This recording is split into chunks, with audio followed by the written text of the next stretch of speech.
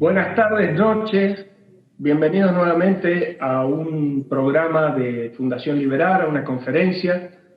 Hoy vamos a tener el enorme placer de contar con Pablo Muñoz Iturrieta, que es un argentino, un sanjuanino de Barreal, un lugar hermoso de San Juan, devenido ahora medio en canadiense, porque se ha ido a vivir a Canadá. Ya nos va a contar un poco dónde está viviendo y qué puede hablar acerca de los valores institucionales de ese país y compararlos un poco con el de Argentina. Pablo Muñoz Iturrieta ha dado un sinnúmero de conferencias en varias universidades, tanto de Norteamérica como de Canadá. Es autor de libros como Atrapado en el cuerpo equivocado, un libro sobre libertad religiosa, sobre educación sexual integral, está escribiendo un libro de eso, y un libro sobre educación de los hijos, siendo que comparto esa inquietud de que la educación es el gran tema a debatir hoy. La mezcla entre el posmodernismo y la educación, esa conjunción creo que es el verdadero problema que tenemos actualmente. Hola Pablo, ¿cómo estás? Hola, ¿cómo estás, Rogelio? Un gusto enorme realmente estar con ustedes. No, por favor, el gusto y el honor es absolutamente nuestro y bueno, invitamos a los que están siguiéndonos a que hagan las preguntas que quieran a través de YouTube, que las vamos a ir leyendo a medida que sea prudente. Para empezar, más o menos, Pablo, no sé si querés hablarnos un poco acerca de tu trabajo y un poco acerca de lo que ves institucionalmente en Argentina y en Canadá. Bueno, a ver, es una pregunta interesante, la voy a encarar de esta manera. Cuando yo estaba en la universidad en los Estados Unidos, se armó un debate muy grande durante la presidencia de Obama alrededor del año 2009, pero se profundizó en el año 2010, por el cual, por unas medidas sociales que él implementa, pero también altamente cuestionables podríamos decir, desde el punto de vista moral para gran parte de la población, se dio un hecho único tal vez en la historia de los Estados Unidos, por el cual al americano, si hay algo que no le gusta, es que le toquen su privacidad, que les legislen su vida y especialmente que le toquen el bolsillo para mantener programas sociales que muchas veces no llevan a ningún lado. Y es así que se armó un debate enorme sobre el tema de la libertad religiosa, se armó un debate enorme acerca de cuánto realmente puede el gobierno inmiscuirse dentro de una organización, de una empresa familiar y demás. Y en ese contexto comencé a profundizar de manera tal vez más contextuada, porque uno en la filosofía política siempre estudia la relación entre el individuo, la sociedad y el Estado y todas estas nociones que se han venido debatiendo desde la época de los grandes filósofos griegos. Pero al estar en un contexto como ese, que lo hace, por así decir, carne, empecé a plantearme con más profundidad tal vez la relación entre el ciudadano y el Estado, la relación entre la familia y el gobierno. Y hablando de la educación, pasó algo muy curioso en los Estados Unidos, porque ahí hay un problema muy grande con la educación pública. La educación pública, tanto en los Estados Unidos como en Canadá, como pasa en Argentina, es un desastre. Yo siempre digo que el gobierno tiene el don de que lo toca, lo arruina. Y hubo una iniciativa muy interesante en los Estados Unidos en el año 2012, especialmente teniendo en cuenta que la población afroamericana no tenía tal vez los medios económicos para ir a los mejores colegios. Y entonces comienzan un programa del voucher en los Estados Unidos, un programa que al gobierno de los Estados Unidos le ahorraba miles y miles de dólares. Para darte un número concreto, En Nueva York, al gobierno de los Estados Unidos le cuesta $20.000 por niño que vaya a la escuela pública. Con este sistema de vouchers le costaba $6.000, es decir, se ahorraba $14.000. ¿Y qué pasaba? Estos programas le llegaban a los miembros de la comunidad afroamericana, generalmente que eran el fragmento más pobre de la población, y resulta que esta gente comenzó a mandar a sus hijos a escuelas privadas, a buenas escuelas, muchas veces católicas o cristianas, y entonces, después de un año de experimentar este programa, que fue un éxito total, Obama lo vetó. Si bien esto le iba a significar una carga económica gigantesca para el gobierno de los Estados Unidos.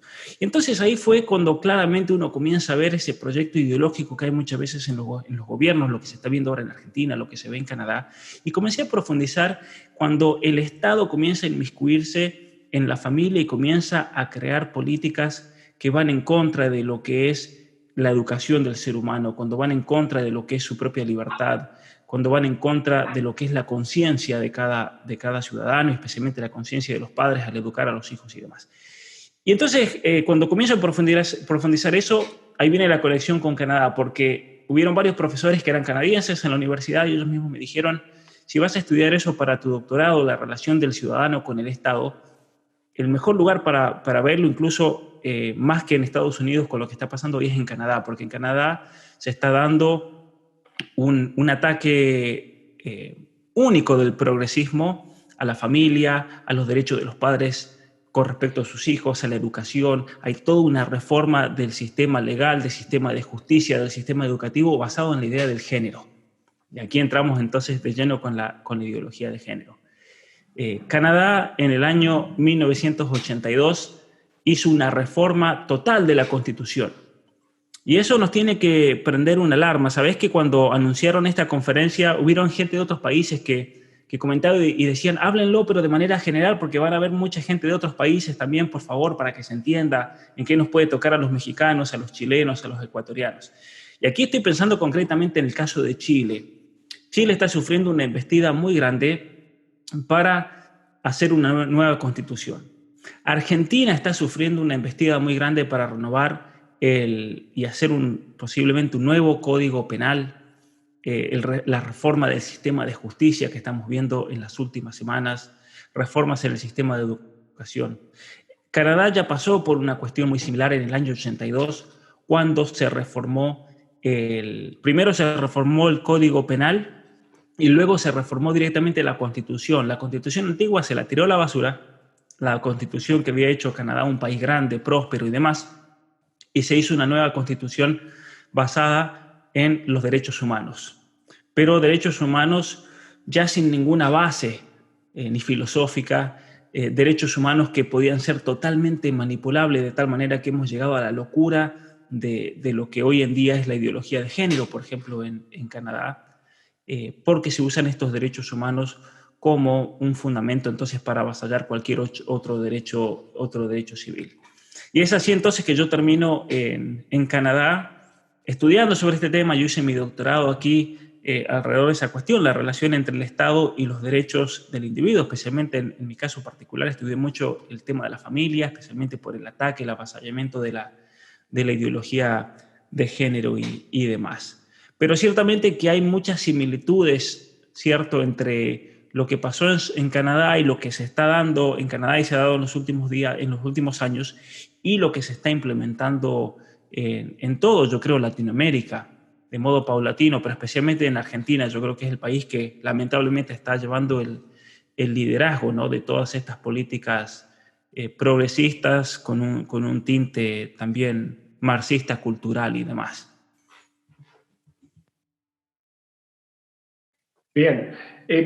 Contanos un poquito, ¿el sistema de gobierno de Canadá es más o menos como el nuestro, así un ejecutivo, un legislativo, un judicial? Mira, es un sistema bastante único en el mundo, por así decirlo. De hecho, la estructura política de Canadá es un caso único, porque esta es una monarquía parlamentaria, Canadá. ¿Y qué significa eso? Significa que la autoridad máxima de Canadá es la reina de Inglaterra. De hecho, el título de la reina Isabel II es Reina de Inglaterra y Canadá. Eso es el título oficial de ella. Eso significa que, por ejemplo, cada vez que el Parlamento aquí presenta una ley y se vota con una mayoría afirmativa, no se convierta en ley hasta que la reina le dé su asentimiento real, que se llama. Pero es curioso porque al ser un sistema parlamentario aquí no se elige al primer ministro.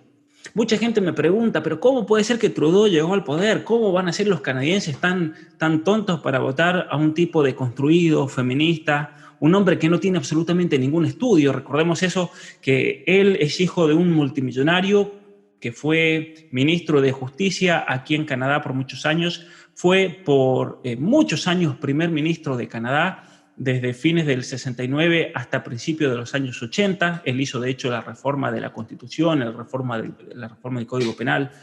Un millonario que tenía esta curiosidad de ser un amante de estos regímenes totalitarios. De hecho, él apoyó financieramente, económicamente a Cuba, la revolución comunista en Camboya, la revolución marxista dentro de la China. De hecho, él se consideraba un gran amigo de Fidel Castro, del Che Guevara, amigo de Mao Zedong en la China y demás. Entonces, Trudeau viene de ese lado, de una corriente marxista cultural muy fuerte, muy marcada, muy progresista.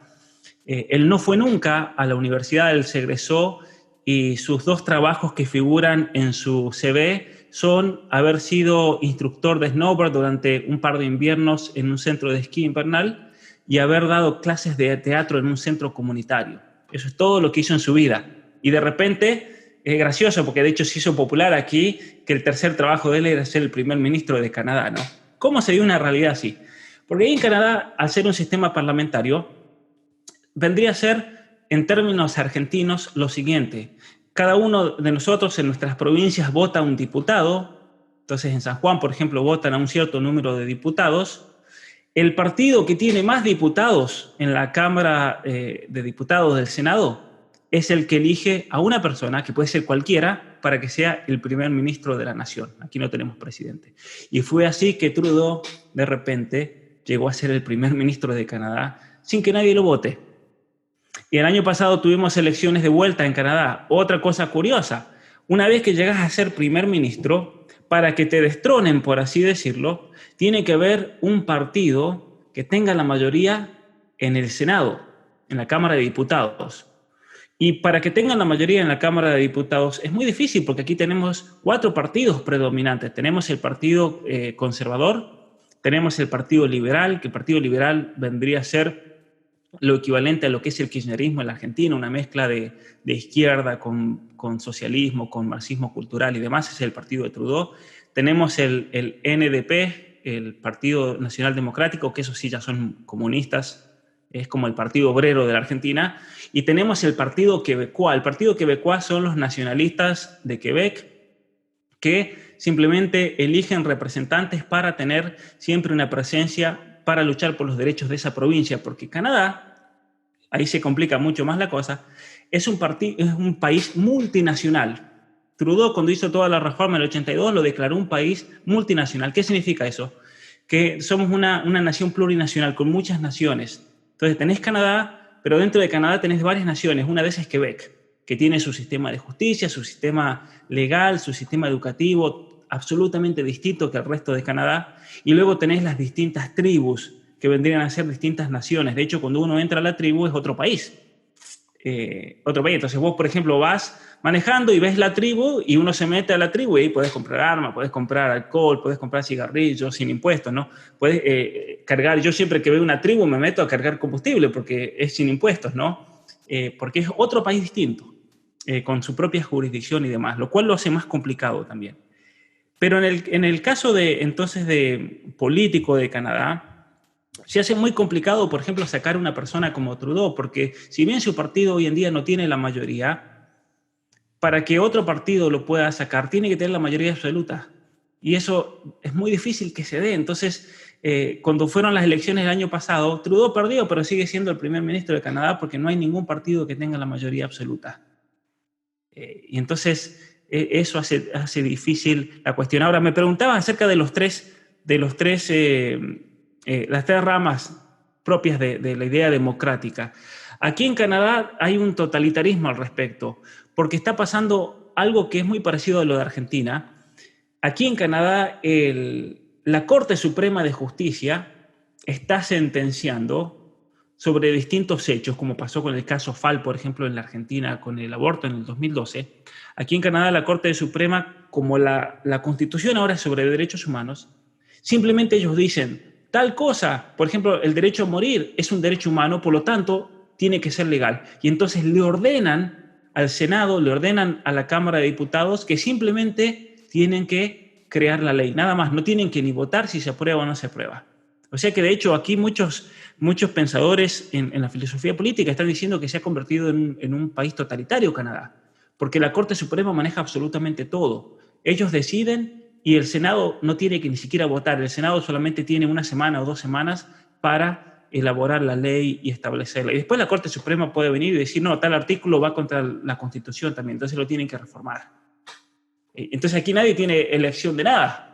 Nadie tiene realmente la palabra para ir y votar y decir, bueno, vamos a elegir esto, vamos a elegir aquello. Es la Corte Suprema la que está imponiendo absolutamente todo por esa reforma también de la justicia, muy parecida a lo que está pasando en la Argentina también. Bueno, volviendo un poquito al tema de la justicia que estabas terminando de hablar.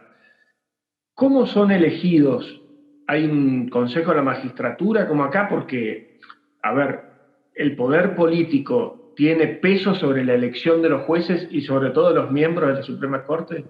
Totalmente. Aquí los miembros de la Corte Suprema son elegidos por el primer ministro. El fiscal general de la Nación es elegido por el primer ministro, que son los 2 cargos más importantes que existen en el Ministerio de Justicia.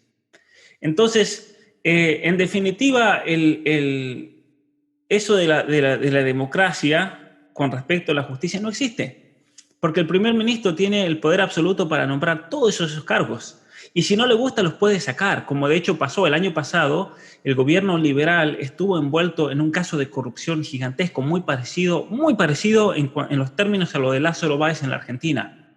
El gobierno le daba contratos a empresas en las cuales el mismo presidente y su gabinete de ministros tenían acciones y por lo tanto se beneficiaban enormemente. Había un conflicto de interés gigantesco, pero aparte todo venía con sobreprecios y se robaron, de hecho, millones de dólares.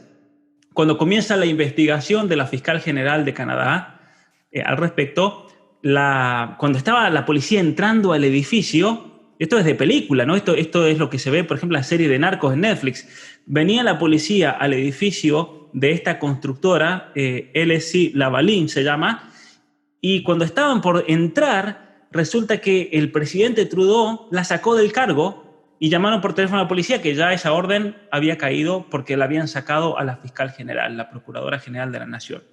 Entonces es una situación complicada porque hay un control absoluto de parte de lo que sería el Ejecutivo de la Nación con respecto a la justicia. ¿Hay separación? No hay separación, lamentablemente, aquí en Canadá. Sí, por lo que está diciendo, no solo hay subordinación, no solamente no hay separación. ¿Cómo lo ves al proceso que está sucediendo ahora en Argentina? Tanto en similitudes como en diferencias con lo que pasó en Canadá. Sí, mira, es verdad eso de la subordinación. La verdad que no lo había pensado así, pero tienes razón. Tanto el sistema legislativo como el judicial, el legislativo está subordinado al judicial y el judicial está subordinado al ejecutivo, totalmente.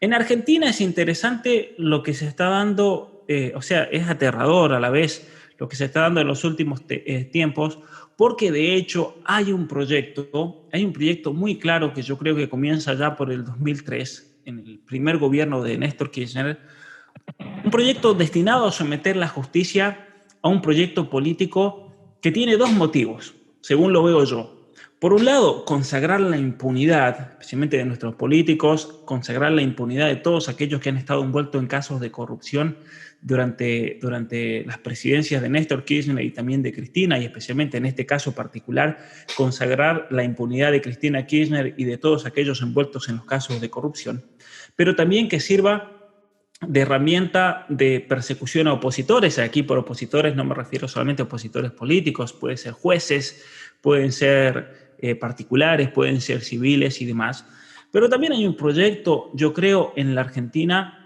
ideológico, totalmente ideológico. Es un proyecto que se está viendo hoy en día, por ejemplo, en el presupuesto del año 2021, que es muy claro. La partida, por ejemplo, para las cuestiones de género, las políticas de género, que les han sido asignada mucho más dinero que la salud, le ha sido asignada mucho más dinero que la educación, que la justicia, que son cosas que uno dice, bueno, pero esas son las cosas centrales. La salud y la educación en un proyecto político deberían ser una prioridad. Y sin embargo, en la Argentina tenemos todo, yo creo, un plan ideológico para implementar esto en nuestras políticas, lamentablemente, y que responde a órdenes globalistas, ciertamente, responde a mandato de las Naciones Unidas, responde a los intereses de muchas fundaciones y corporaciones que trabajan en la Argentina por medio de ciertos actores. El caso de Berlinski, por ejemplo, con el CELS, el Centro de Estudios Legales y Sociales, el caso de Justicia Legítima en la Argentina, que es la que se está encargando de meter gente dentro del sistema de justicia de la Argentina, son claramente una muestra de este proyecto ideológico y de copamiento de la justicia argentina. Vos sabés que la otra vez hablábamos con Alberto Venegas Lynch y yo le preguntaba si él no pensaba que el peronismo, que es una cáscara vacía en cuanto a conceptos, porque hablan de las 10 verdades de Perón como si fuese Aristóteles, es más, le roba frases de Aristóteles para decir que son propias, si esa cáscara vacía no se ha montado ahora sobre el caballo del posmodernismo porque está de moda y por eso está produciendo todos estos cambios. No sé qué pensás. Sí, ciertamente que el posmodernismo es un bicho raro de entender, ¿no? De hecho, a mí me llevó mucho tiempo leyendo y no sé si todavía lo he alcanzado a comprender, pero con el posmodernismo me pasó lo mismo que mencionás el peronismo. Muchas veces uno dice, ¿qué es el peronismo, no? ¿Qué es el peronismo? Porque el peronismo es un fenómeno en Estados Unidos, en Canadá. A mucha gente no le cuesta entender. Le cuesta entender porque vendría a ser como un bicho que se amolda a lo que sea. ¿Sí? Vendría a ser como esos peces del mar que tienen esa capacidad de amoldarse a distintas situaciones, suelos y demás. Y de esa manera ellos, por ejemplo, dentro de su seno hoy en día, tienen personajes tan dispares ideológicamente y de hecho se han acomodado y han aceptado, como decías, una ideología claramente de origen marxista, de lo que se llama el marxismo cultural, el posmodernismo y demás. Pero yo creo que también para eso hay que ver un poco qué significa esto del posmodernismo. Dentro del posmodernismo tenemos, al menos en cuanto a la corriente filosófica posmoderna, tenemos dos tipos principales. Una es el marxismo, que es propiamente un tipo de marxismo cultural, y la otra es el historicismo, que se lo llama aquí en los Estados Unidos. El historicismo básicamente es una teoría según la cual no se puede conocer ninguna verdad, no se puede conocer absolutamente nada objetivo porque todo es relativo. Eso básicamente vendría a ser la teoría del historicismo. Por otro lado tenemos el marxismo. El marxismo, a través de lo que se llama la Escuela de Frankfurt, pensadores comunistas del Partido Comunista Alemán que radicaban en Frankfurt, que luego ellos cuando llegan Hitler al poder, Rockefeller se los lleva a la Universidad de Columbia, de hecho donde sale Martín Guzmán, el actual ministro de Economía. Él estudió en lo que fue la matriz del marxismo cultural en los Estados Unidos. Ellos lo que hicieron fue transformar radicalmente el marxismo para que se pueda adaptar a la situación de los Estados Unidos. Porque ellos se dieron cuenta que en Estados Unidos iba a ser imposible introducir el marxismo debido a que no había una lucha de clases como la que Marx pretendía a partir de ahí crear esa revolución social y demás. Y entonces ellos dejan de lado el nombre marxista, se comienzan a llamar posmodernistas y especialmente cambian el foco de lo que sería la lucha por la justicia social en el sentido de clases sociales a lo que sería la justicia social por la lucha de clases sexuales, el feminismo, por ejemplo, una mujer oprimida por el hombre, los colectivos, las minorías oprimidas por esa mayoría heteronormativa o heteropatriarcal y demás. Yo creo que ese pensamiento, que es propio de la Escuela de Frankfurt, que se desarrolla dentro de lo que sería el marxismo cultural como corriente del posmodernismo, termina influyendo profundamente, especialmente por un filósofo argentino, Ernesto Laclau, quien es el que se convierte, yo creo, en el ideólogo filosófico posmoderno detrás de todo este proyecto del kirchnerismo, que comienza a plasmarse por la obra de Fidel Castro allá en el año 92, en lo que se llamó el Foro de San Pablo. Es ahí cuando yo creo que este nuevo tipo de marxismo cultural irrumpe. Cae la Unión Soviética en el 91, en el año 92 entonces se reúnen y comienzan a reagruparse y a tratar de cambiar la doctrina y demás para estar para estar al día, por así decir, porque el comunismo se tiene que ir actualizando todo el tiempo, si no pierde el sabor, por así decir, y la gente lo abandona. Pero también yo creo que hay una cuestión globalista aquí, porque en definitiva ese mismo proyecto es el proyecto de las Naciones Unidas. Este proyecto en el cual no hayan naciones, que no hayan fronteras, un proyecto centrado en la cuestión del género, centrado en la lucha por las minorías, en supuestamente luchar contra la opresión del patriarcado. Como decía hace unos días en Twitter el secretario general de las Naciones Unidas, el portugués hablaba de que el coronavirus ha revelado entonces las raíces patriarcales que han perjudicado por miles de años a las mujeres, a los niños y a las niñas. Por eso, es una locura, no tiene absolutamente ningún sentido, ninguna consistencia histórica una frase así. Volviendo un poquito a Canadá, yo no me imagino cuál es el motivo por el cual han entrado en esta variante los ciudadanos para votar y aceptar esto que ha sucedido con los cambios de la Constitución y demás. ¿Cómo empezó el proceso? Porque de alguna forma los han convencido para que voten y aprueben eso. Mira, sí, el proceso fue muy parecido, yo creo, a la Argentina.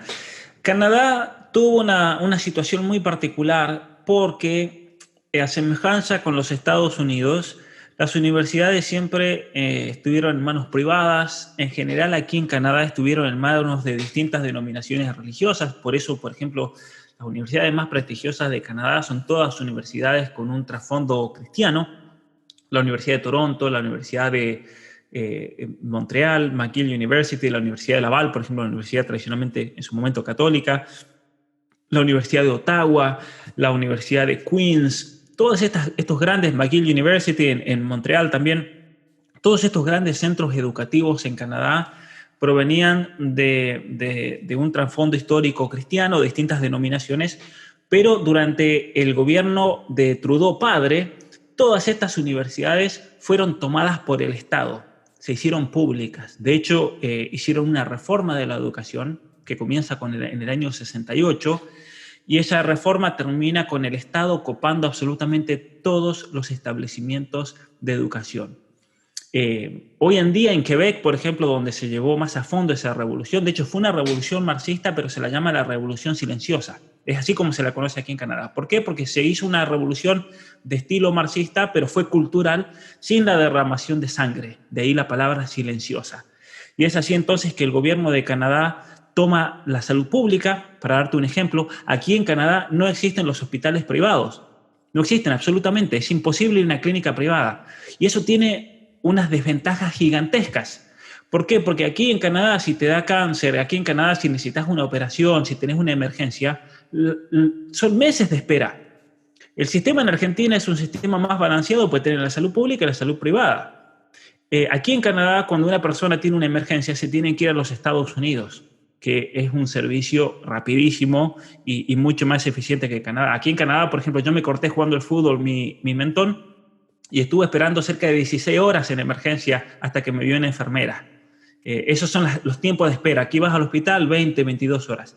Entonces, el gobierno tomó absolutamente todo. El gobierno tomó la educación. Aquí en Canadá, y mucha gente va a decir, pero si en Canadá hay escuelas católicas.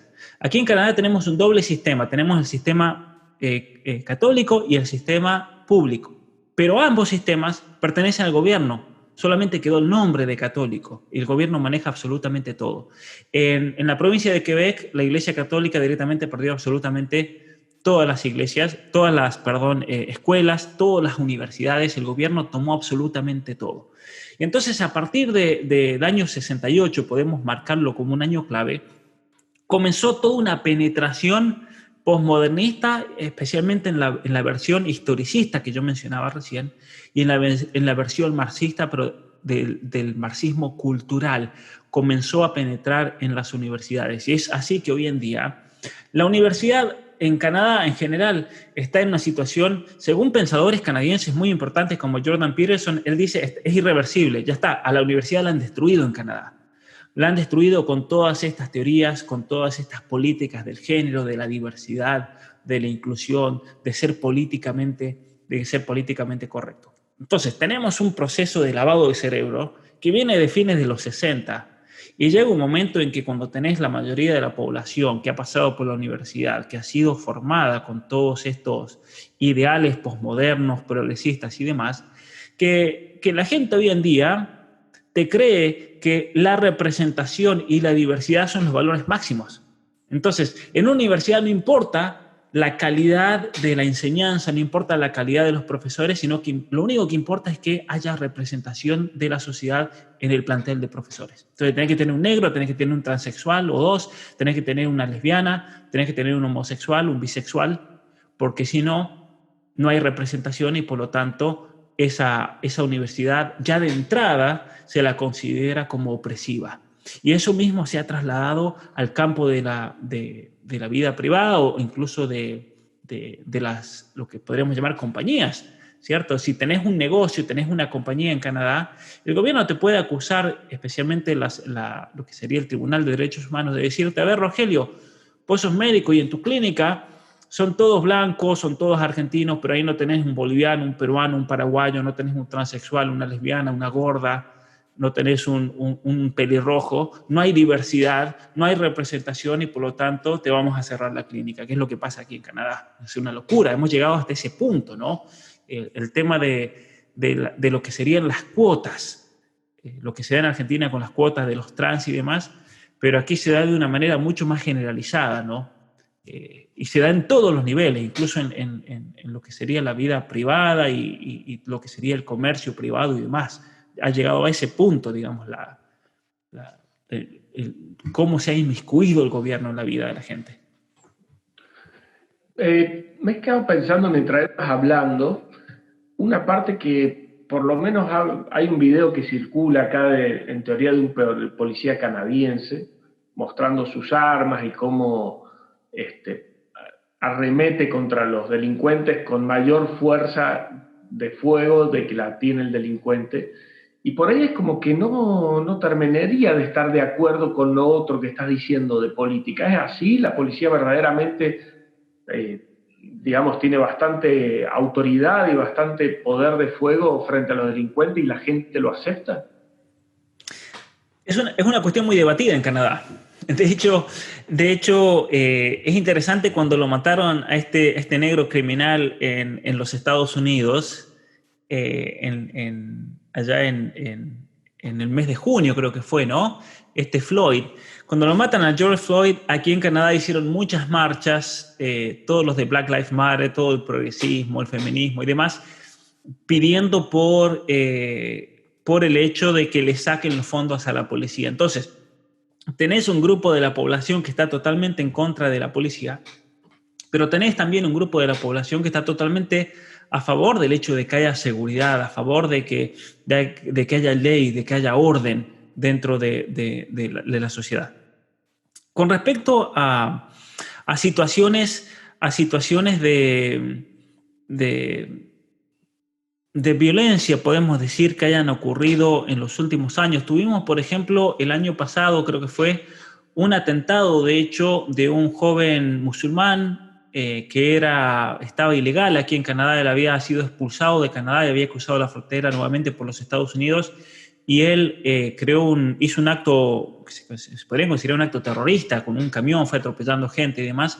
y la policía lo terminó matando, ¿no?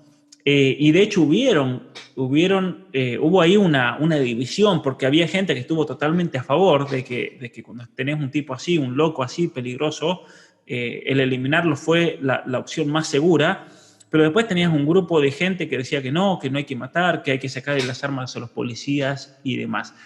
Todavía no hemos llegado al extremo, yo creo, porque no ha habido estallidos sociales fuertes ni nada como en Argentina, de que, por ejemplo, le quiten las armas y demás. Pero ciertamente que la rama progresista dentro del gobierno de Canadá, ellos, si fuera por ellos, ya le hubieran sacado las armas, les hubieran sacado los fondos a la policía y demás, como estamos viendo en Argentina o como estamos viendo en caso de Estados Unidos en las ciudades demócratas, por ejemplo, en Chicago, allá donde fue la ciudad esta, donde fue lo de George Floyd, por ejemplo, que le sacaron los fondos a la policía, eso los diarios no lo dicen, y el crimen está pero por las nubes en esa ciudad.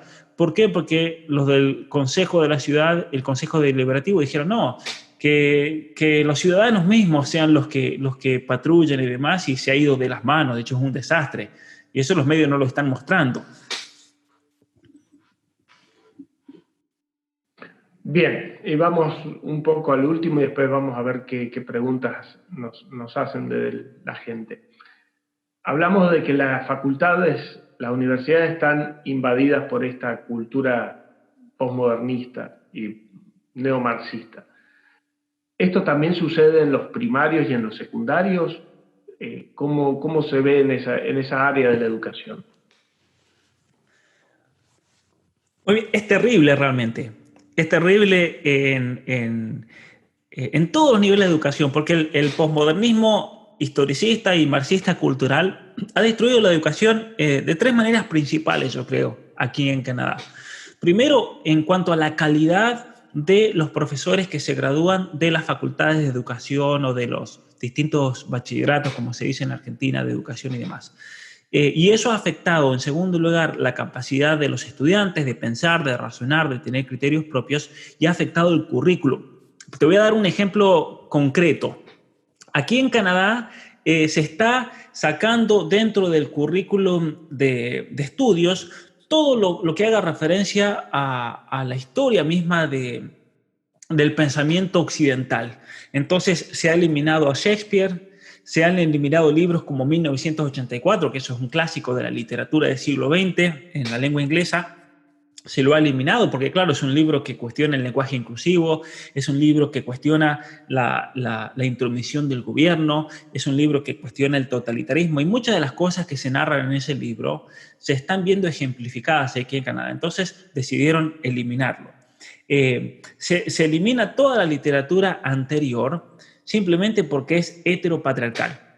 Entonces, hoy en día, a los niños cuando van a la escuela, simplemente son sometidos a un lavado de cabeza absoluto en general. Y eso es tremendo realmente.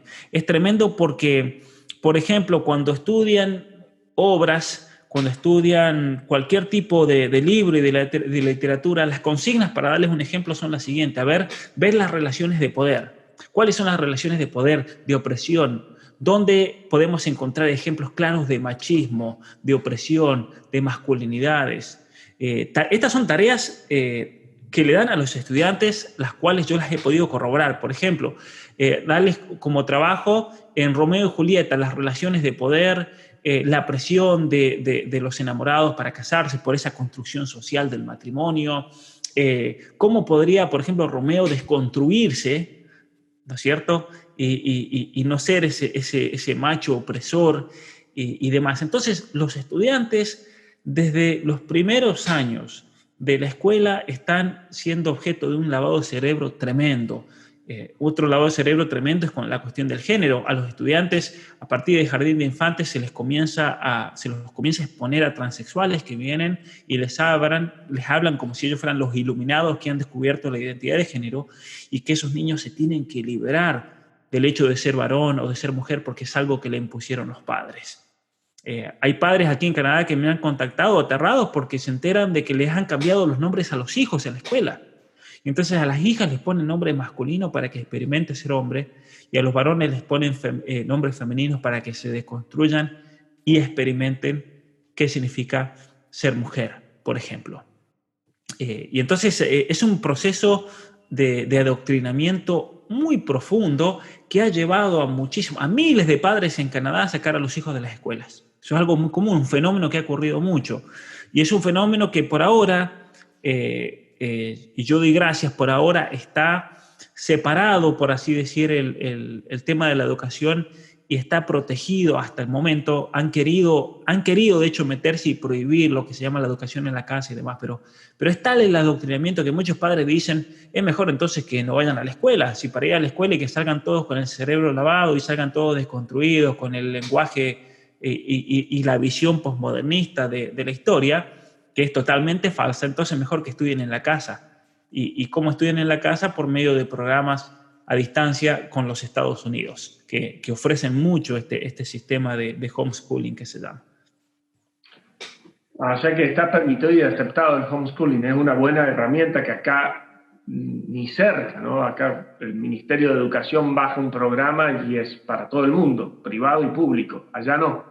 Mira, aquí en Canadá, gracias a Dios, todavía tenemos esa libertad que de hecho la han querido quitar.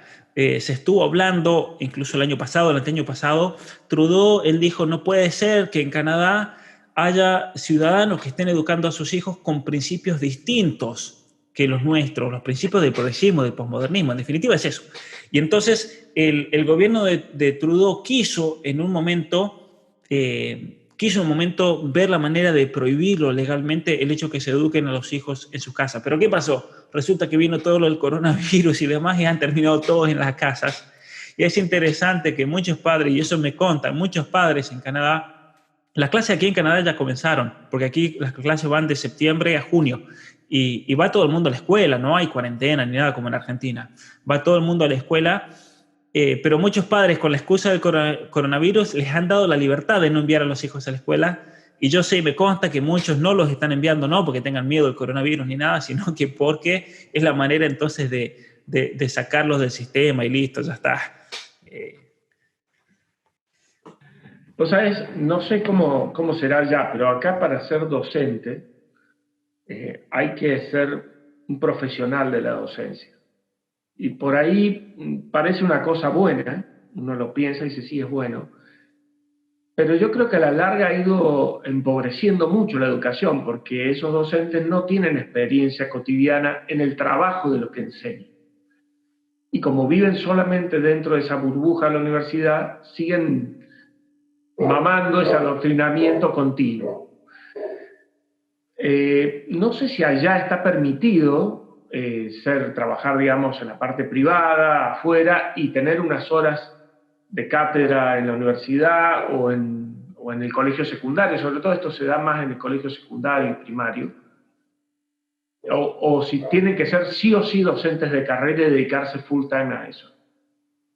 Mira, es interesante tu pregunta, porque en mi caso particular, yo hice el doctorado en Canadá. Yo estoy aquí en Canadá habilitado para dar clases en cualquier tipo de terciario, sea más allá del secundario, cualquier tipo de college que se llama, en cualquier universidad. Estoy habilitado para dar clases en lo que se llama el undergraduate, para dar clases de licenciatura o de máster y dar clases de nivel de doctorado. Pero yo no puedo, por ejemplo, a pesar de que puedo enseñar en los niveles más altos de la educación, no puedo enseñar ni en la primaria ni en la secundaria. ¿Por qué? Porque para poder enseñar en la primaria y en la secundaria en Canadá, tenés que pasar por lo que se llama, en el caso de Ontario, por el Colegio de Maestros de Ontario. El Colegio de Maestros de Ontario, tengo muchos amigos que lo han hecho a este proceso, vos vas, estudias educación, estudias la carrera que sea, y después para poder enseñar química, física, matemática, educación física, por decirte, tenés que sí o sí pasar por este colegio, por este tipo de universidad, que es un proceso de 2 años. Durante esos 2 años no te enseñan absolutamente nada de didáctica, no te enseñan absolutamente nada de la relación con los estudiantes, de pedagogía, es todo lavado de cabeza, es todo adoctrinamiento posmoderno aquí en Canadá. Y entonces, todo el mundo, para poder tener la certificación para enseñar en primaria y en secundaria, sí o sí tiene que pasar por este colegio de maestros. Y entonces es tremendo la situación, porque es lo que mencionabas recién. que viven en su mundo posmodernista, marxista, idealista, están totalmente radicalizadas las maestras, y lo peor de todo es que si sos hombre heterosexual, no tiene ni sentido que vayas a hacer el intento porque nadie te va a emplear y porque nadie te va a dar trabajo. Porque aquí en Canadá, por regla, cuando en el sistema educativo hay un puesto disponible, suponete para dar matemática en tercer año del colegio secundario, se dice, y eso es explícitamente cuando dan el anuncio del trabajo, que se le da prioridad a miembros de la comunidad LGBT, aborígenes, esquimales o mujeres, o negros, ¿sí? Comunidades históricamente oprimidas. Usan ese lenguaje postmodernista. Por lo tanto, es imposible que un hombre pretenda dar clase en una escuela. ¿Por qué? Porque siempre lo van a dejar de lado, especialmente si sos blanco. Entonces, de hecho, hay toda aquí en Canadá, en la misma universidad, yo cuando estaba en la universidad se decía, muchachos, ustedes son hombres, ni piensen, ni pierdan el tiempo en tratar de enseñar en primaria o en secundaria, ni se lo planteen, porque por más que saquen su título, por más que saquen la acreditación de esos 2 años de lavado de cerebro, jamás les van a dar la oportunidad de enseñar en una escuela. Es la realidad que vivimos aquí. Sí, vos sabés que a mí se me ocurrió al principio, mientras pensaba todas estas cosas, de que debíamos ir en orden, ¿no? Intentando cambiar la educación primaria, secundaria, después la universitaria. Pero al ver cómo es esta madeja que han tejido, indudablemente primero me parece que hay que ganar la universidad para poder tener suficiente cantidad de gente que se forma en educación y de ahí recién bajar a los otros niveles. Yo te voy a decir, acá que estamos los dos solos, te digo un secreto. Hijos de amigos míos, me pasan los vínculos de sus clases de YouTube, por Zoom, de la universidad, cuando son temas así picantes, me pasan los vínculos y yo me meto como un alumno y empiezo a ponerlos en problemas los docentes. Te digo de que es una buena estrategia, ya que no te dejan ser docente, por lo menos disfrazarte de estudiante y ponerlos en evidencia. Bueno, vamos a ver un poco más hacia la Argentina. ¿Cómo ves hoy el problema de Argentina y cómo imaginás comenzar a cambiar este proceso que tenemos? Bueno, es una pregunta bastante complicada realmente. Y sabes que a mí, mucha gente, mirá lo que es interesante, no sé vos qué pensás, Rogelio, pero a veces, el otro día, por ejemplo, cuando ustedes pusieron el anuncio de que íbamos a hablar de Argentina, de la República y demás, alguien hizo ese comentario diciendo que yo, por ejemplo, no estaba autorizado a hablar porque vivía en Canadá. Mucha gente a veces salta a la defensiva diciendo, no, pero si estás en Canadá no puedes hablar sobre Argentina, ¿no? Como si eso sea una imposibilidad nociológica, por así decir. Es el mismo argumento, por ejemplo, que usan las feministas diciendo si no sos mujer no podés opinar sobre el aborto, si no, imagínate, ¿viste? Entonces si no sos mujer no podés ser ginecólogo, por así decirte, además ese falso argumento nociológico. Pero una cosa que yo noto de la Argentina, habiendo vivido ahí, habiéndome criado ahí, estando tan en contacto también con la Argentina, recuerda que el año pasado visité prácticamente todas las provincias de Argentina dando conferencias, y a mí me da la impresión que Platón, estamos hablando de la República, ¿no? Y Platón escribió un gran libro que fue el primer libro de filosofía, el libro que me enamoró con la filosofía en cierta manera fue La República de Platón. Y en ese libro, él reflexiona sobre 2 cosas centrales que deben haber en un país. En primer lugar, el tema de la justicia. ¿Sí? ¿Qué es la justicia? Trata más que nada sobre eso este libro.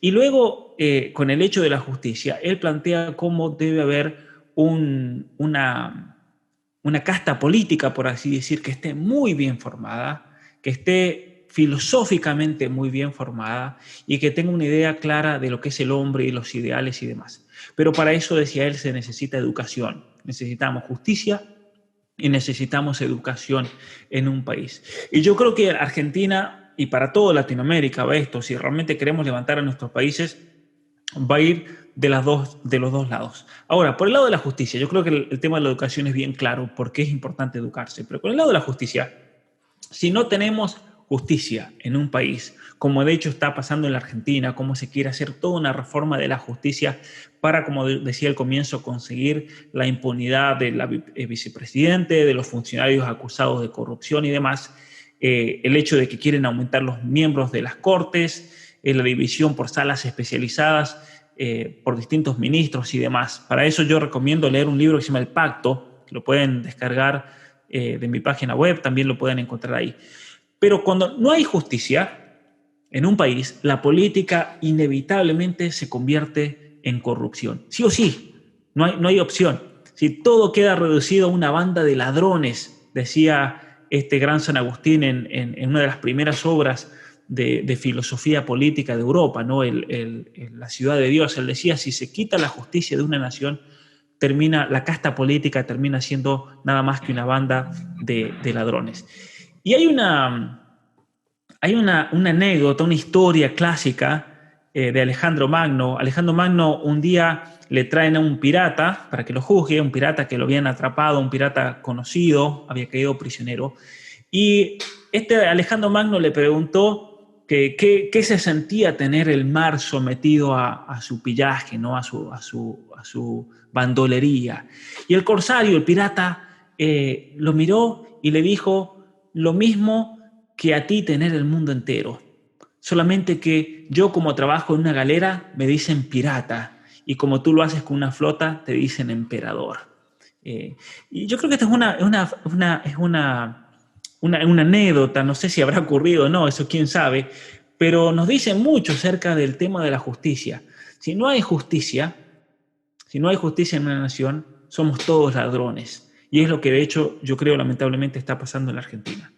Y con respecto a la educación, en Argentina no hay o en Latinoamérica en general, no hay un objetivo claro de para qué y qué tipo de personas se quiere educar. Yo jamás he escuchado a un ministro de Educación desde que tengo vida, que me eduqué en la Argentina, que hice la primaria y la secundaria. Nunca ningún ministro de Educación se planteó qué tipo de ser humano, de argentino, quería tener cuando ese joven salga del sistema educativo a los 17 o 18 años. Y entonces la educación ha sido simplemente un vamos para adelante y salga lo que salga. No ha habido un plan concreto. De hecho, un ejemplo de eso es todas las veces que se ha cambiado el plan de educación. ¿Sí? Yo recuerdo cuando estaba en la primaria, después la secundaria, después vino el EGB, después lo sacaron, después han habido tantos cambios y zarandeos y cada vez la educación se está convirtiendo en adoctrinamiento, cada vez más claro eso. Los jóvenes no saben leer, no saben pensar, no saben razonar. Las maestras están más empecinadas en que se les enseñe educación sexual a los chicos, que se les enseñe que hay niñas que pueden tener penes y que hay varones que pueden tener vulva. O sea, están obsesionados con esos temas, ¿no? Que son marcadamente posmodernistas, de relaciones de poder, de patriarcado, de feminismo, de desconstrucción y demás, que es una pérdida de tiempo absoluta, lamentablemente. O sea, es que me pensaba en el filósofo rey de Platón mientras nombraba y digo, qué lejos que estamos de tener un filósofo rey en Argentina, ¿no? Luego pensaba en la frase de San Agustín que dijiste y me trajo a la memoria un coterráneo nuestro, Domingo Faustino Sarmiento, que dijo una vuelta que cuando la gente de bien se va a su casa, a la de gobierno entran los pillos. Así que parecido a lo que había dicho. Y con respecto a eso, de la gente que se va, la gente de bien que se va a su casa y abandona sus deberes cívicos. Alejandra pregunta que qué opción tiene el ciudadano argentino, el ciudadano de a pie, para romper este círculo vicioso y reclamar justicia. Yo creo que una de las cuestiones que estos políticos pillos no se aprovechan mucho es que a veces el ciudadano argentino en cualquier país ante una situación así puede caer muy fácilmente en la desesperanza porque no ve otra opción, porque no ve salida y demás. Pero uno tiene que recordar siempre que los gobiernos del país que sea dependen absolutamente de la percepción popular, de la opinión pública que se llama. Y en cuanto el gobierno pierde la confianza de la gente, ese gobierno cae solo. De hecho, voy a poner un ejemplo concreto. En la Argentina, el dólar y la inflación que hay y la subida tremenda del dólar se da por varios factores, pero no es solamente porque están imprimiendo billetes a lo loco y hace que se devalúe la moneda. Un factor mucho más importante, al menos en mi opinión personal, es el hecho de que la gente está perdiendo la confianza en el gobierno.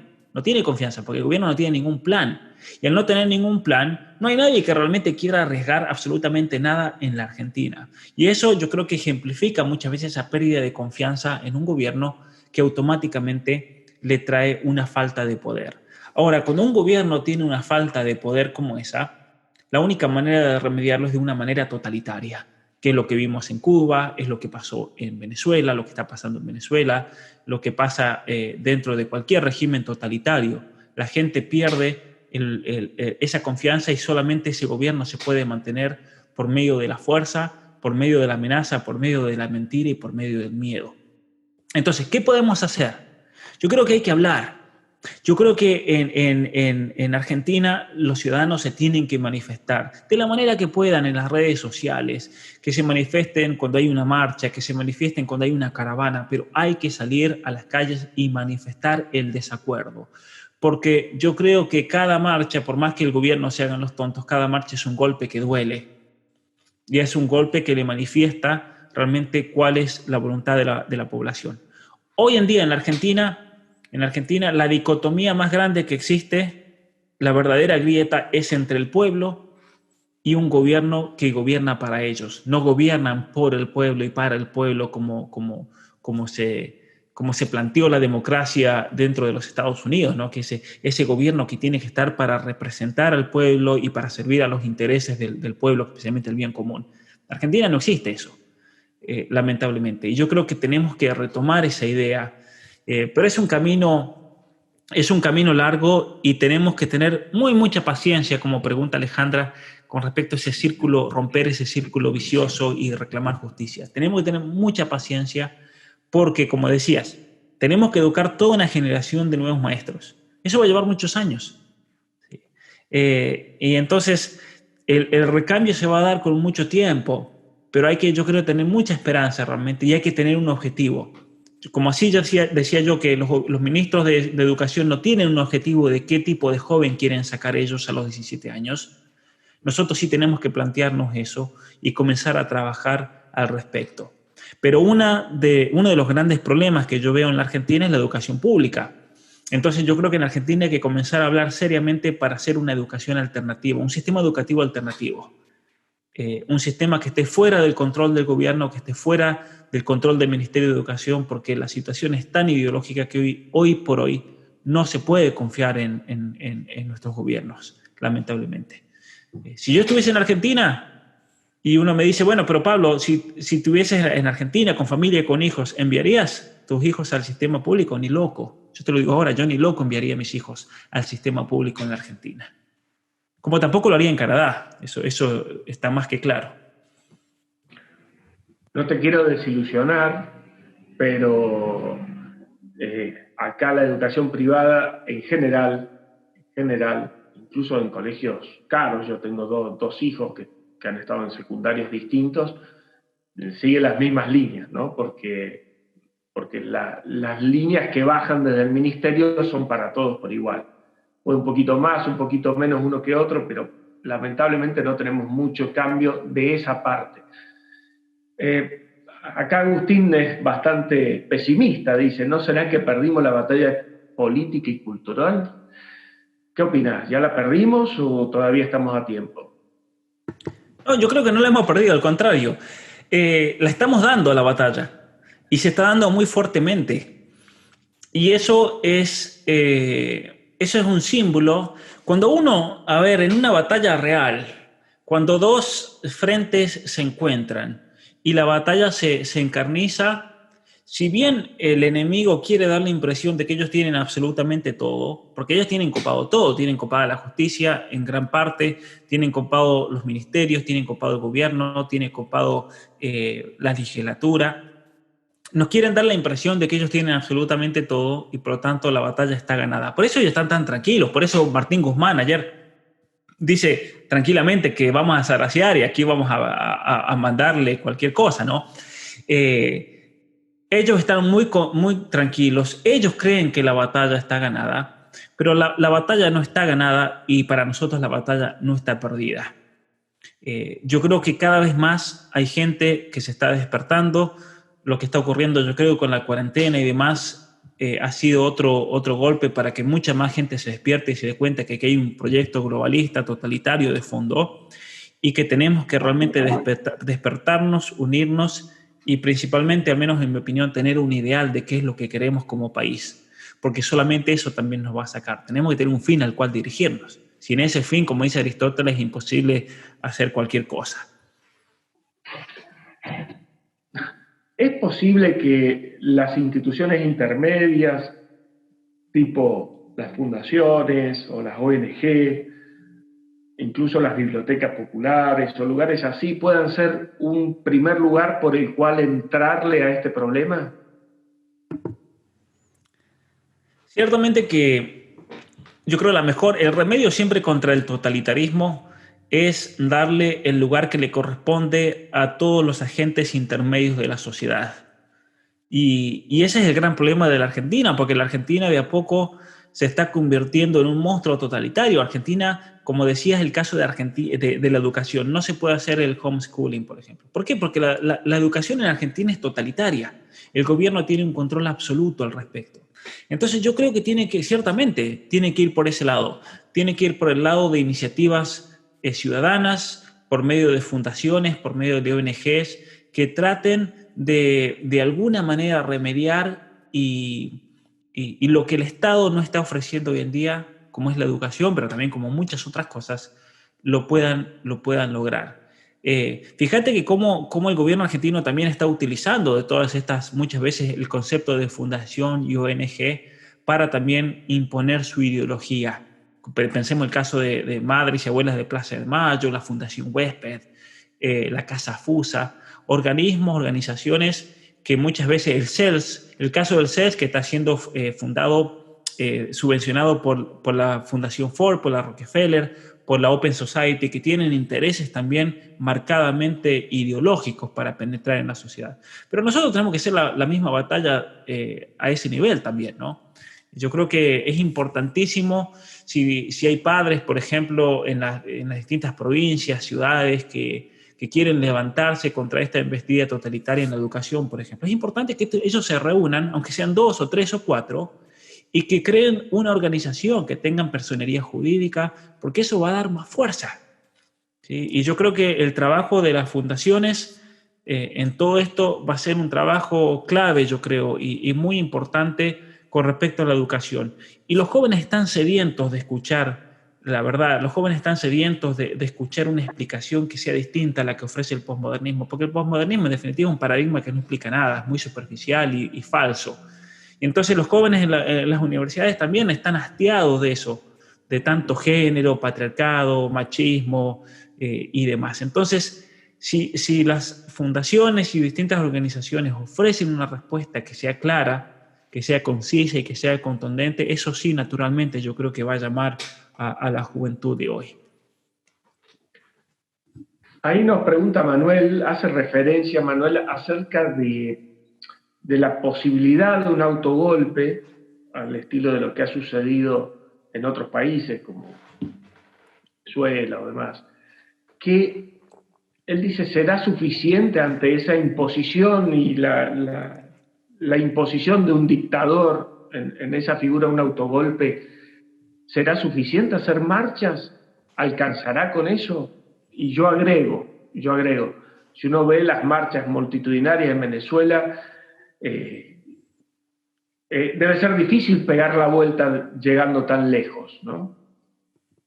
Sí, es muy difícil, ciertamente. Yo la verdad que no estoy al tanto para saber decir si una cuestión así podría ocurrir, ¿no? De un autogolpe o una movida del gobierno para tratar de perpetuarse en el poder y demás. Podría pasar cualquier cosa, puede pasar que todo colapse y que todo explote, un estallido social, yo lo veo muy plausible, al menos de afuera se ve así en Argentina. Se podría dar lo contrario para que ocurra una situación como la de Venezuela y demás. Una cosa interesante que tenemos que tener en cuenta y aprender de la historia es que en la Unión Soviética todo ese sistema y esa estructura totalitaria se mantuvo con el apoyo ciudadano. ¿Y cómo se hizo eso? Se hizo simplemente involucrando a los ciudadanos. Yo creo que lo que está pasando con el coronavirus hoy en día también es una puesta en práctica para ver si eso puede funcionar. Entonces, por ejemplo, si ves a tu vecino que está rompiendo la cuarentena, que no tiene el barbijo, que ha salido a correr y demás, denúncialo. Entonces los mismos ciudadanos se convierten en agentes policiales. Eso es lo que ocurrió en la Unión Soviética y es de esa manera que se pudo mantener esa estructura por 70 años. Mucha gente dice, pero ¿cómo puede ser que la Unión Soviética duró 70 años? ¿Cómo es que Cuba está durando, siendo que viene en la miseria absoluta? Porque se denuncian entre todos, porque tienen miedo, porque tienen temor y porque hay mucha mentira. Se miente. Es un caso paradigmático. El de la Unión Soviética mentían los ciudadanos incluso contra los propios padres, contra los propios hermanos, que a veces eran condenados injustamente, inocentemente al campo de concentración, a los gulags, simplemente porque las personas querían adquirir un estatus dentro o a los ojos del Partido Comunista del Soviet. Entonces, ¿cómo rompemos una situación así? Una situación así se la rompe viviendo en la verdad, en primer lugar, porque la mentira es lo que sostenía la Unión Soviética. Viviendo en la verdad, viviendo en la justicia, siendo responsables, con mucha responsabilidad, y no siendo botones, como se dice, ¿no? Porque esa es una actitud realmente despreciable cuando un ciudadano denuncia a otro porque lo ve corriendo, porque lo ve sin el barbijo, porque tiene gente, amigos en la casa que fueron a hacer un cumpleaños. Dejar a la gente que viva su vida. Porque de hecho, lo que el gobierno quiere hoy en día es implantar el miedo. Es implantar el miedo, el control, el estado policial en el cual los mismos ciudadanos sean parte. Y ese es el gran engaño totalitario. ¿Tendrá que ver con todo esto de lo que estás diciendo del policía infiltrado en el vecino, ¿no? Que uno inmediatamente se acuerda de 1984 porque es increíble, ¿no? Ese libro es impresionante. Pero ¿vos crees que tendrá que ver este tema del policía en el vecino solamente con un tema de querer posicionarse o de querer hacerse notar, o habrá otro trasfondo que lo obliga a esto? ¿Será que hemos perdido la noción de los valores éticos, del respeto al otro, y que hemos puesto por arriba lo legal a lo legítimo? Yo creo que sí, ciertamente. Totalmente. Aquí hay un problema de valores muy grande, hay un problema humano de fondo. Hay un problema de voluntarismo. ¿Y por qué de voluntarismo? Porque el ser humano se guía por la razón. Pero para poder justificar su actuar, para poder racionalizar lo que hace, no encuentra argumentos, deja de lado la razón y todo se vuelve en un voluntarismo. Y el voluntarismo en la ley siempre deviene en un positivismo. Lo vamos a hacer porque es la ley, más allá si es legítimo o ilegítimo. Me lo mandaron. Y eso es lo que estamos viendo también en estos casos, en México, en la Argentina, en tantos otros países. Denunciar al vecino, denunciarlo porque es la ley, ya está. Pero no hay ningún razonamiento al respecto. No hay ninguna razón verdadera para decir voy a denunciar a mi vecino, lo voy a perjudicar. En casos como la Unión Soviética o como Cuba, le voy a arruinar la vida para siempre. Eso es tremendo realmente. Y yo creo que eso es algo que nos tenemos que plantear realmente y preguntarnos qué tipo de seres humanos queremos ser nosotros. Es una locura. ¿Cuándo hubiera pensado en Argentina hace un año, por ejemplo, que todos los vecinos iban a estar denunciando unos a otros? Y sin embargo, hoy en día eso ya lo estamos viviendo. Fue muy fácil caer en eso, ¿no? Como fue también fácil en su momento en la Unión Soviética, como fue fácil en Cuba, como fue fácil en aquellos que se plegaron a este movimiento en Venezuela y demás. Vos sabés que me acordaba de mi época de secundario y de primario. Yo tengo unos años más que vos, y realmente el que denunciaba o mandaba al frente, el que botoneaba, como decíamos, a un compañero, era repudiado, era absolutamente repudiado, ¿no? Y parece que hoy eso se hubiese perdido. Sí, es una cuestión cultural también, ¿no? Yo creo que es parte también de toda esta corriente posmoderna, toda esta corriente marxista de comenzar a ver la realidad con otros términos y conceptos. Términos y conceptos que no explican propiamente la realidad y le dan un tinte totalmente ideológico, no todo el hecho de la opresión, la historia como una sucesión de opresiones y relaciones de poder, y que finalmente hoy llegamos nosotros aquí para traer orden y para remediar todas esas injusticias, para traer la justicia social. Y ahí viene la paradoja, porque prometen justicia por medio de la injusticia, prometen remediar el pasado por medio de un modelo que termina siendo mucho más opresor de lo que ellos visualizaban en esas realidades, ¿no? Termina siendo una dictadura. De hecho, aquí en Canadá, con la cuestión del género, esto se ha convertido en una dictadura del género. En Argentina, esto va a ser una dictadura del género.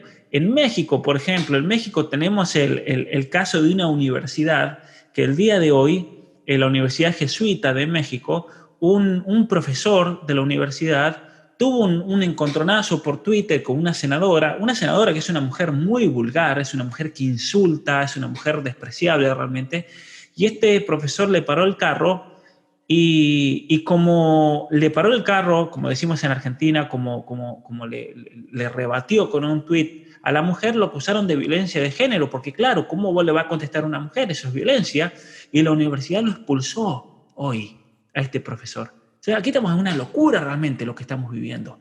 Eso es una dictadura de género, cuando estos paradigmas se convierten en la guía máxima de una sociedad. Y es lo que están imponiendo en la Argentina realmente.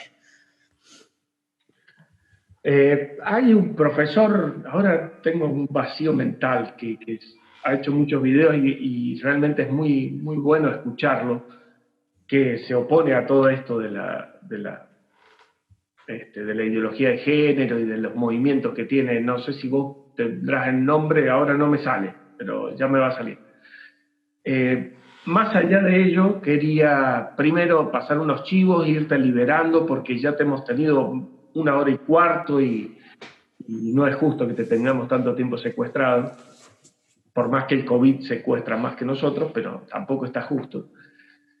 Primero, agradecer a la gente de técnica, que verdaderamente, como siempre, impecable todo lo que hacen. A toda la gente que ha ingresado a YouTube a vernos, les pedimos por favor que se suscriban al canal, que den like, que todas esas cosas nos hacen crecer, que estén atentos a las redes de Liberar, porque estamos muy próximos, el 6 y 7 de octubre, a ser los anfitriones del Congreso de la Escuela Austríaca de Economía 2020, que va a ser la sede física, iba a ser acá en Córdoba, pero bueno, con todo esto que ha sucedido, somos la sede virtual de este congreso. Va a estar interesantísimo, van a haber expositores muy grosos, muy buenos, no se lo pierdan, es gratuito, así que no tienen pretexto para no verlo.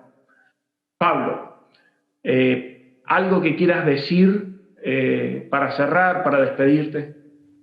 Bueno, agradecerles en primer lugar a todos ustedes por este trabajo también. Sabés que cuando vi la noticia del Congreso le di gracias al coronavirus porque lo voy a poder hacer. Si hubiera sido presencial en Córdoba tal vez no hubiera podido ir, pero como va a ser virtual ahí voy a estar presente. Es importante formarse, ese mensaje le quiero dejar a todos. Es importante formarse, tener un conocimiento profundo de la realidad. Yo creo que la Escuela de Austria ha aportado ideas y conceptos que son muy importantes tener en cuenta. La Escuela de Austria ha hecho una crítica muy certera, en mi opinión, muy profunda al problema del comunismo, del socialismo, del marxismo cultural. Es importante conocer al enemigo también. Así que no le tengan miedo a la formación. No le tengan miedo porque solamente la formación, yo creo, es lo que nos va a levantar como país, como sociedad, sea el país del cual seamos. Porque estos gobiernos también necesitan de gente inútil, necesitan de gente ignorante, necesitan de gente que no sepa cómo contestar a todos estos presupuestos falsos e ideológicos. Así que alentarlos también, invitarlos a que obviamente participen de ese curso, del cual yo también voy a participar con mucho gusto, y darles las gracias a ustedes también por esta oportunidad de hablar y conversar de estos temas, que es importante, ¿no? Volver a todas estas nociones de la justicia, de la educación, del Estado, de la función del Estado, de la educación y demás. Porque solamente si nos replanteamos estas cuestiones y nos realmente preguntamos qué es lo que queremos ser como nación, como países, que vamos a poder salir adelante. Bueno, eso ha sido todo, más que agradecido. En algún momento vamos a volver a molestarte, seguro. Ahí me han pasado, porque no me acordaba el nombre, Jordan Peterson, Ah, sí, el ciertamente, profesor sí, sí, sí. que verdaderamente es muy bueno verlo debatir, porque es muy hábil, es muy, muy hábil para debatir y pone en evidencia a la gente. Bueno, solamente eso, agradecerte, tenerte presente para volver a molestarte en algún momento, y bueno, es necesario que vengas a visitar Barreal, ¿eh? Te extraño. Sí, seguro, seguro. Así que, bueno, muchas gracias y cuando quieran ahí estaré con ustedes. Mil gracias y bueno, vuelvo a repetir, los espero a todos, los esperamos a todos desde Fundación Liberar para el 6 y 7 al Congreso de la Escuela Austríaca. Síganos en las redes, que van a encontrar toda la información. Chao, Pablo, saludos. Chao, chao, saludos.